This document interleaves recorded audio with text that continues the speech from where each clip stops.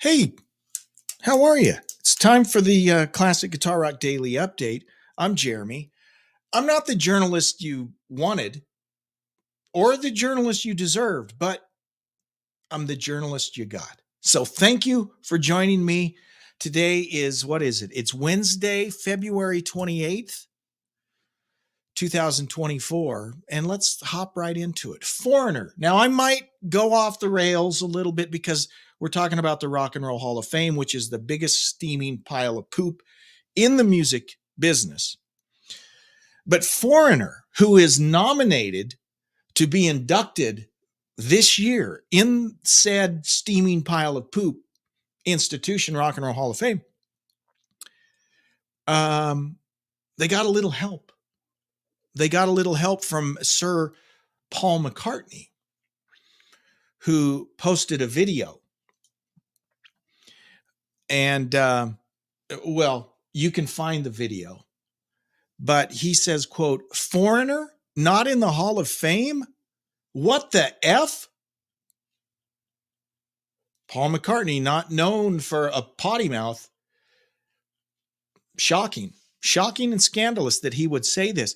There's a connection between McCartney and Foreigner in that both of these folks have worked with producer Mark Ronson. And Mark Ronson has been on a campaign to get Foreigner inducted. Foreigner should have been inducted 20 years ago. I mean, that's what's a joke.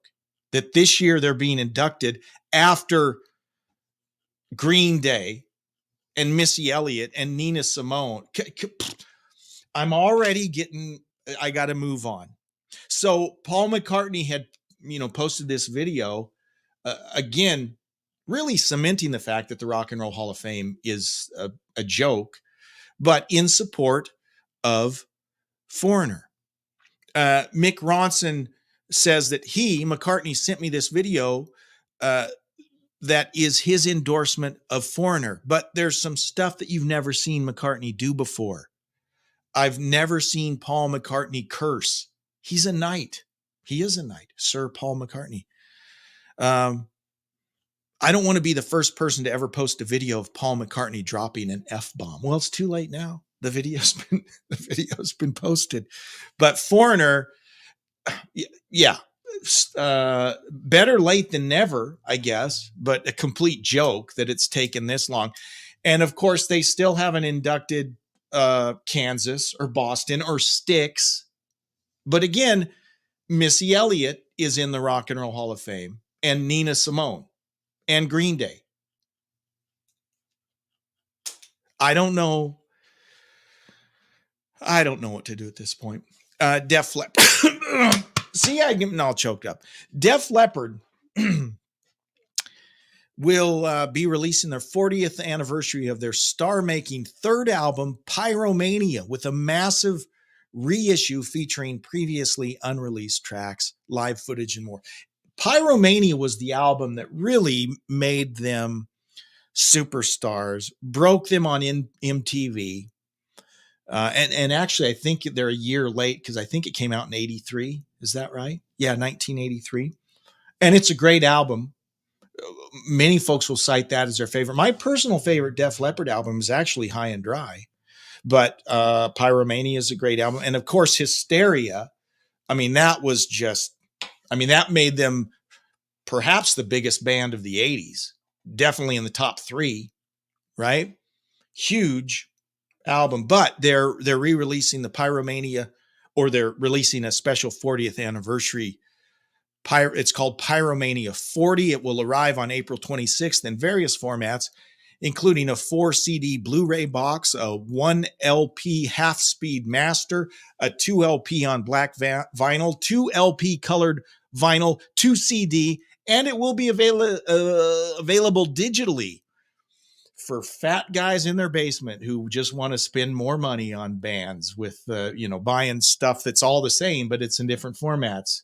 I won't mention any names, but you can spend money on various things related to Def Leppard if you're a fan. By the way, speaking of Def Leppard, I just bought tickets to see them in September.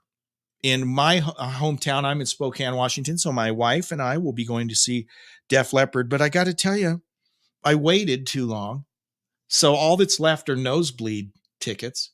So we're going to be like 14 miles away. But I'm going. I'm still going to go. And here's what's fascinating about Def Leppard. And by the way, this is foreshadowing. This is what I'm doing right now. By the way, we've got an email that came in today that's about this, that I'm going to talk about this phenomenon. I came across a clip from, I think it was from fairly recent. Sammy Hagar's got a show on somewhere where he interviews people. Is that on the Access channel? I don't know, but I see these clips all the time. He's interviewing Joe Elliott, lead singer of Def Leppard, of course. And Joe makes this statement, which stunned me. It amazed me that this is true. He has no reason to lie. Why would he lie? He said that last year's Def Leppard tour, was the most successful tour the band has ever had. Okay. Bigger than Hysteria in 1988. Can you believe that? That's amazing. I'm not going to say anything else about it until we get to our email, because it's all kind of wrapped together. But that's amazing. Last year's Def Leppard tour, the most successful tour they've ever had. They still sound really good. They do. Their live sound is still really top notch. So looking forward to that. From the Low Energy file, original Queensryche frontman Geoff Tate says that it is a great idea for singers to rely on backing tracks to enhance their lead vocals during their concerts. There's been a lot of hoopla about this, about bands using backing tracks over the last couple of years. And some people get really fired up about it. Some people are like, no, that's misleading. It's cheating. Other people are kind of like, it's not that big a deal. So it's kind of a landmine. You got to be careful with the topic. Greg F. signing in says, seems like they are gaining even more popularity, referring to Def Leppard. And again, I have some thoughts on that in the email portion of today's program. What was I talking about? Geoff Tate. Have you guys heard my Geoff Tate impression? By the way, I've heard Geoff Tate, and I like Queensryche. I do. I love Queensryche. But Geoff Tate is perhaps the most boring interview you'll ever hear. I heard him on Eddie Trunk a year ago. So let me just for a minute give you some of my. I will read this quote in character as Geoff Tate. Okay, so here's how it sounds. So Geoff says it's a great idea for singers to rely on backing tracks to enhance their vocals. Tate addressed some rock acts' reliance on pre-recorded tracks in a video message uploaded by the Sinkin Stanley YouTube channel. Not familiar with it. Asked for his opinion on singers using backing tracks for their lead vocals, the vocalist said, okay, here's the Geoff Tate impersonation. I think it's a great idea. I wish I would have thought about it sooner. Okay, so I mean that's spot on impersonation of Geoff Tate. So he doesn't have a okay, here's more. Open quote. I'm totally serious.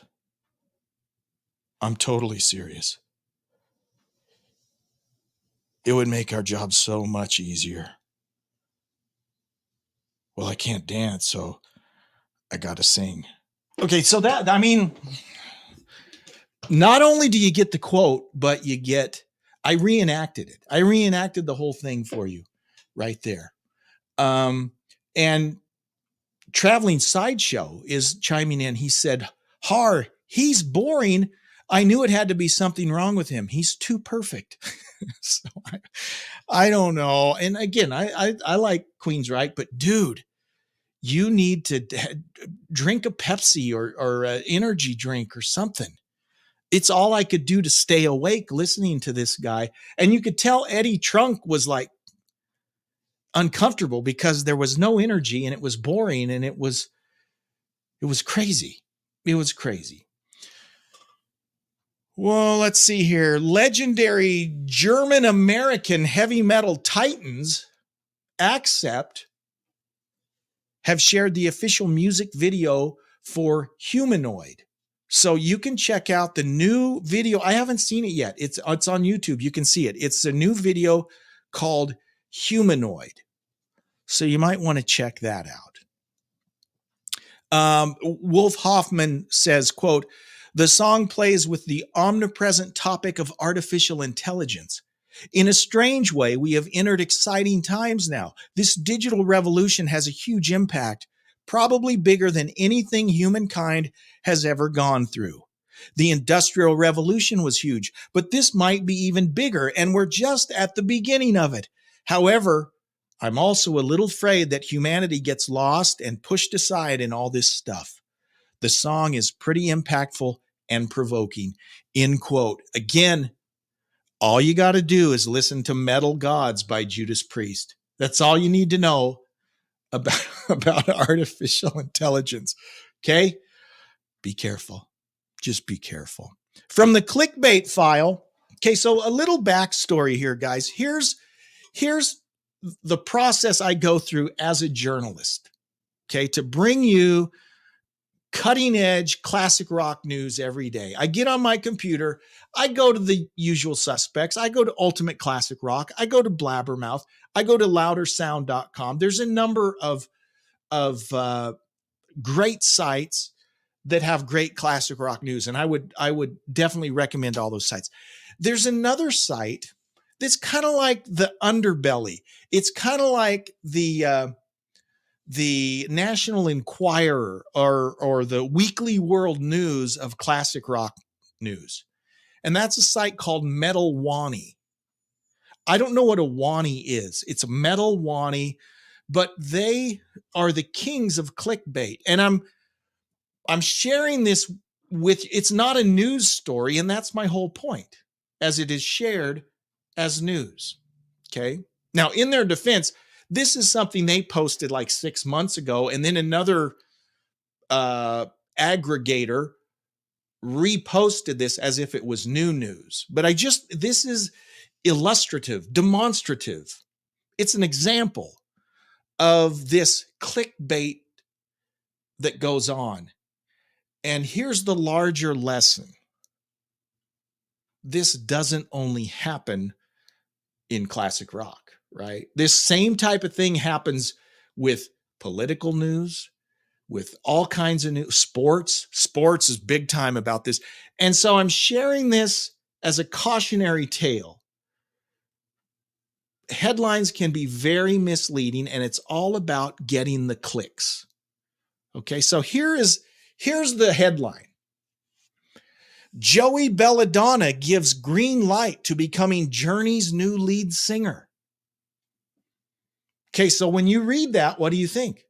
Oh my gosh, Journey's going to get a new lead singer. Where's Arnell going? Arnell's being replaced. They're going to have a new lead singer. So you open it up and read the story, and what you find out is Joey Belladonna, who was in Anthrax, and he's now in like a Journey tribute band, and he's actually pretty good. Here's the source of that headline. Here's the story. And he just flat out, no one's ever talked to me about being in Journey, but I'd love to do it. End of story. Okay. So based on that headline, I'm going to post a new headline for you. Jeremy Lunnan gives green light to replacing Neil Peart in Rush and going on tour. I mean, there's a few problems that they haven't asked me, and I don't play drums. But other than that, I give the green light to replacing Neil Peart in Rush. You heard it here first. All right. So we've got an email. And with this email, I kind of want to tie in what we talked about with Def Leppard. Remember, I just mentioned that Joe Elliott mentioned that last year's Def Leppard tour is the most successful tour they've ever had. Bigger than the 1988 Hysteria tour that lasted forever. And absolutely Traveling Sideshow. That was the whole, my sound is crapping out on me a little bit. Hope you guys aren't hearing that cut out. That was the whole point of me sharing that, is that we got to be careful about the clickbait, and not just in classic rock news, in sports and politics or whatever. Oftentimes it's all about the clicks. And when you actually open up the articles, you realize there's nothing there. Okay. Don't let them trick you. Let me read this. Let me read this email.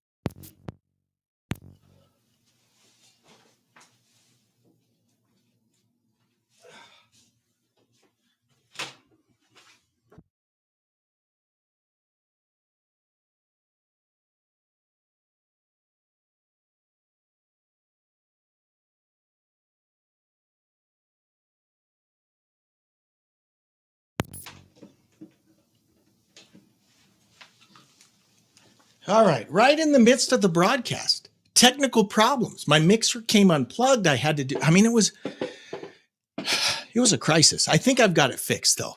So let me get to this email. Someone doesn't want us to share this email. Someone is trying to block the free flow of information on the Classic Guitar Rock Daily Update. So let me read the email. Hey, CGR.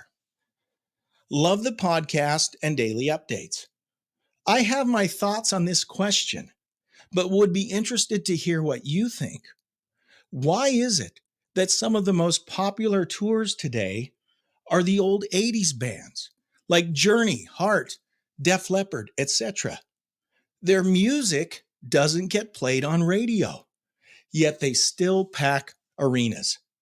What do you think? This is from Sydney in Sydney. Okay. Sorry, I lost my breath.